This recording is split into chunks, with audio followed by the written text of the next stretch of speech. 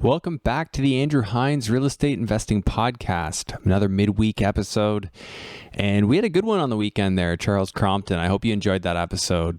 Him talking about scaling his business, going from working full-time, he and his wife, with a young daughter, to quitting their jobs without even a single unit, and then they scaled up, and now they have 50 units on their own, and they're adding in 10 more. That was a wild episode. Great for business building. Great for just showing how you can just absolutely crush it. And what I wanted to cover today is I wanted to talk about sort of my own revelations of how if you want to go for something, it just works if you decide it works, and how I've sort of implemented that after sitting on the sidelines for far too long, being a professional wheel inventor, as I've joked. But there's a little bit of truth to most jokes, and that one for sure. I've obviously done things the hard way in my business, and a lot of people from the outside looking in would say, "Hey, yeah, that's actually a lot of accomplishment, though." And I don't deny that. I've done some cool stuff, of course, but I've never really scaled in a way that I thought I could just take it to a whole new level. And I believe that's what I'm doing right now. What I'm doing in Florida, in terms of what's happening and building an organization. And there's some really cool stuff that's been happening. I have, so we brought a new guy on last Monday. He started. And since then, he's tied up 4 deals, 2 of which I'm confident in, like they seem like absolute no doubt, no brainers. Of course, you never count your chickens before they hatch, but I mean, I'm pretty sure those ones are good. The first one was a pre-foreclosure, but way too close to the auction date, and we just couldn't get the title company and the condo association on board prior to closing. But long story short, this is just one of 4 active acquisitions managers we have in the business right now calling our leads. And we have so many leads because we had way more leads than we had ability to convert early on. So for those of you who haven't been following, Matt Piche and I have been working on a venture together. I had started doing some off-market stuff in Florida. He talked to me. We got to talking, and he pitched me on, "Hey, well, we could do it together. I'll fund it." And I just thought, hey, it's Matt Piche wants to work together. The guy's an absolute killer in the off-market space, 100%. Because in that type of a scenario, when you can scale, we've both built organizations, we've both had employees, implemented systems, and now we can put our heads together, and it's not going to be a 1 + 1 = 2. It's going to be a 1 + 1 hopefully equals like 10. And with what I've seen, so Friday we locked up a deal that looks like it's got about a $40,000 to $50,000 US profit. So buying for $48,000, value somewhere around the 90 to 100 mark, as is. Just close it, relist it. And then we've got another one that just got locked up today, comp for $300,000, and we picked it up for $150,000. Again, all US figures, obviously. It's all US based. So I'm still in Canada in my garage right now. And what I really like about this is just empowering others to do the hands-on part, because I've got so many commitments with family and stuff going on here that, my ability to be physically present isn't really there. So I'm just I'm at a higher vibrational level right now. I'm really happy about the way things are going. And it was a rough ride actually getting here. I shared a few weeks back that we had a deal implode, and I had my concerns, and I guess we're far enough removed for it. I'll tell the story now. So part of the way we come up with our lists for our cold call centers, so the high level, here's how the organization works. We have a cold call center that calls monstrous lists, like we're talking 10,000 records of people who own land, 10 acres plus. We also have a pre-foreclosure list. They call all day long, 8 hours a day for 5 days a week, and each caller generates, let's say, 5 leads a day. And out of those leads, then they come in and we have our team call and convert them. Some of the issue we had early on is we just didn't have enough of a team to call and convert them. So our leads all built up, and now we still have like almost 200 leads that have not yet been contacted because they don't answer the phone and they need to be called back and called back again. And some of them just, slipped through the cracks. It's okay. We're going back now and getting them. But that's the high level organization. So getting back to what happened. So the way the cold call center comes up with the lists that they have is they pull a list of all landowners and then they do something called a skip trace, which is basically, it uses the credit bureau to find the association. So who's associated, with that road, that county, that name, and it draws these associations and it tells you all the associated phone numbers. And if you want, you pay a little extra, you get the associated emails. And it's an expensive service. It's like 10, 12 cents a record.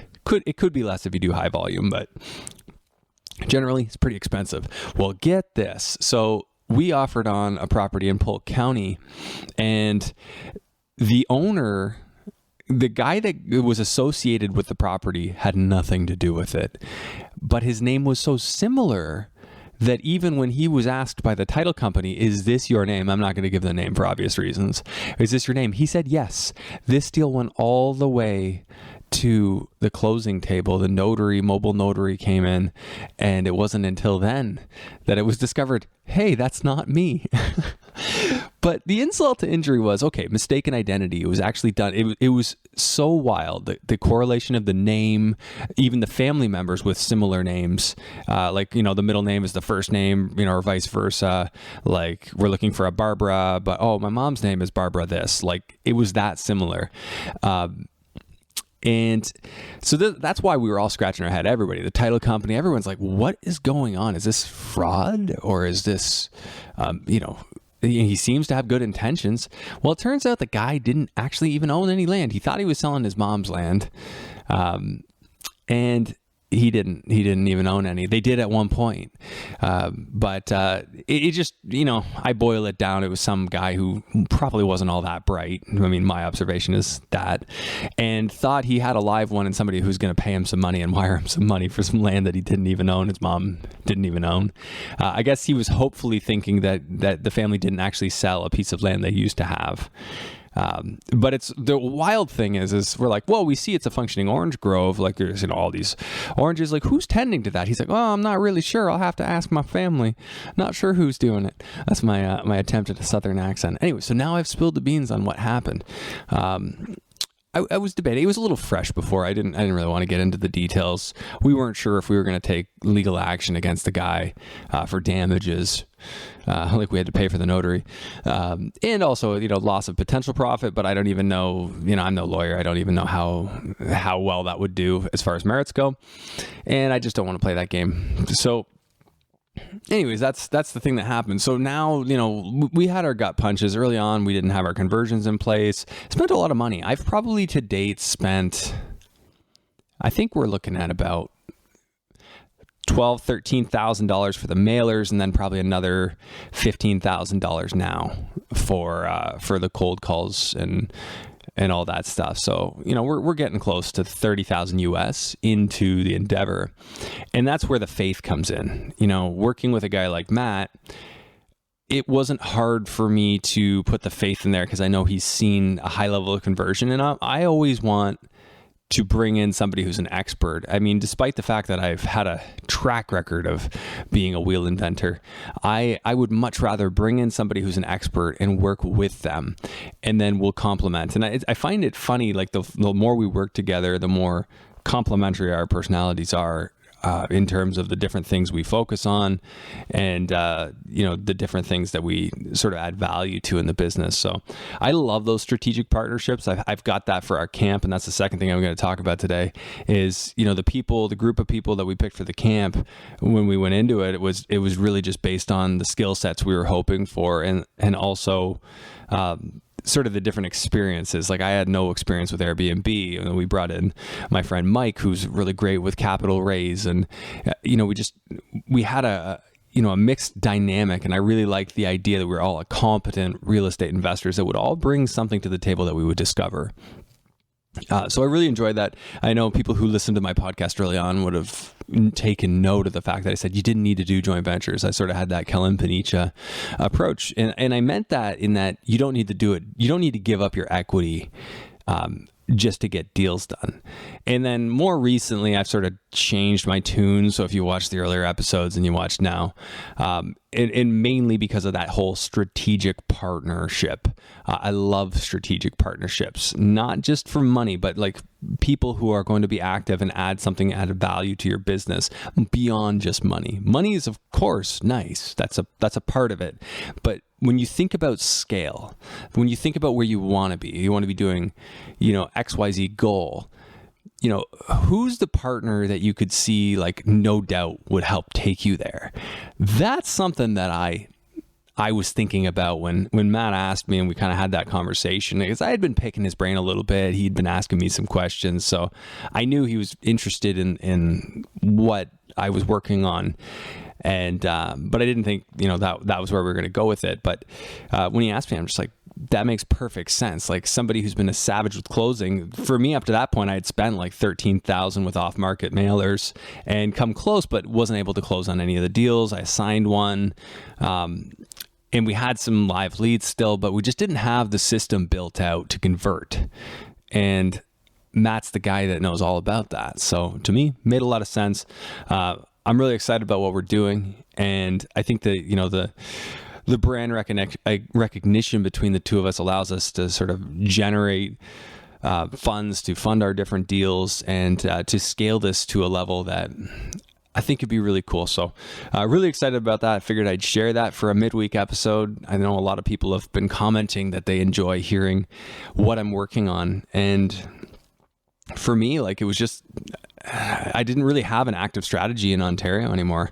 I kind of exited the different active endeavors I'm doing. Of course, we've got our hospitality resort, and that's very hands-on, but that's more of a longer-term play. So this was something that I wanted to build in, like an insane profit generator. And I knew that was going to be work. I knew that there was going to be pain, and I knew there was going to be risk to, advertising dollar risk. I mean, we're buying 50 cents on the dollar, so we're really hedging that risk on that side. But, of course, with advertising dollars, if you don't convert, you might get nothing. So hence bring in the experts. Anyway, so yeah, switching gears to talking about the campground, because why not? The campground is launching for season number 3. So back in 2021, November, my brother-in-law, Jacob, came to me and we were talking about scaling with Airbnb. And I didn't like that you just had to buy one. He had a cottage and he's like, yeah, but it's just the one. Then you got to save up the down payment for the next.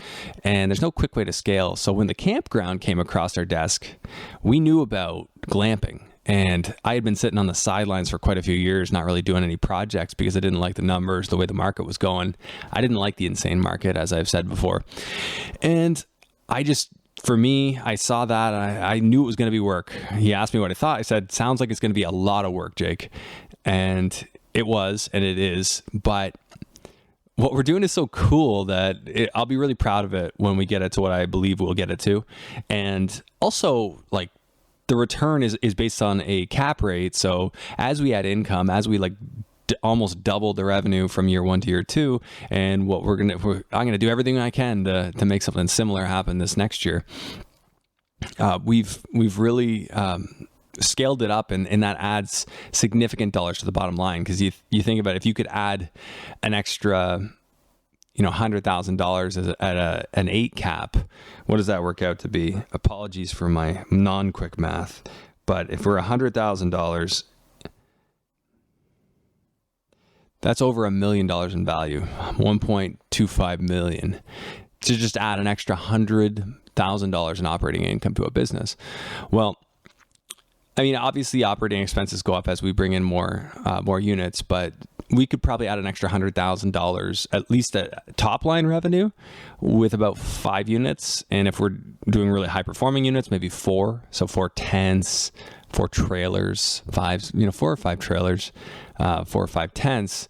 The tents are quite, simple. Like, there's only like a $10,000 investment per on average, probably with the current pricing of lumber and such. But of course, we also want to do other stuff. Here's what I'm most excited about. So yes, we had the scale, like the scalability of that business is what I loved. And that's the same thing about what I'm doing with Matt. It's all about scale, because I did slow and steady and wheel inventing for so long. And for me, my personality, I didn't want to do that anymore.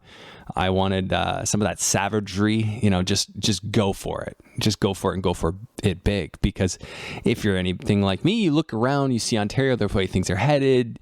I see my family. I'd like to be able to take care of them. I want an absolutely abundant level of success. So it's all about kind of going to the next level, being able to scale and seeing what we can do. So what we're doing now is we're actually in the process of developing our equity raise package. We're going to be launching an opportunity for people to actually partner with us as equity partners. And I'll have more information on that. Stay tuned. And it's coming. So what we're going to do with some of that money we generate is, of course, solve some operational challenges we have, improve our infrastructure, but we're going to be adding in amenities. So our plan is to add in a cold plunge. We're going to have a container pool.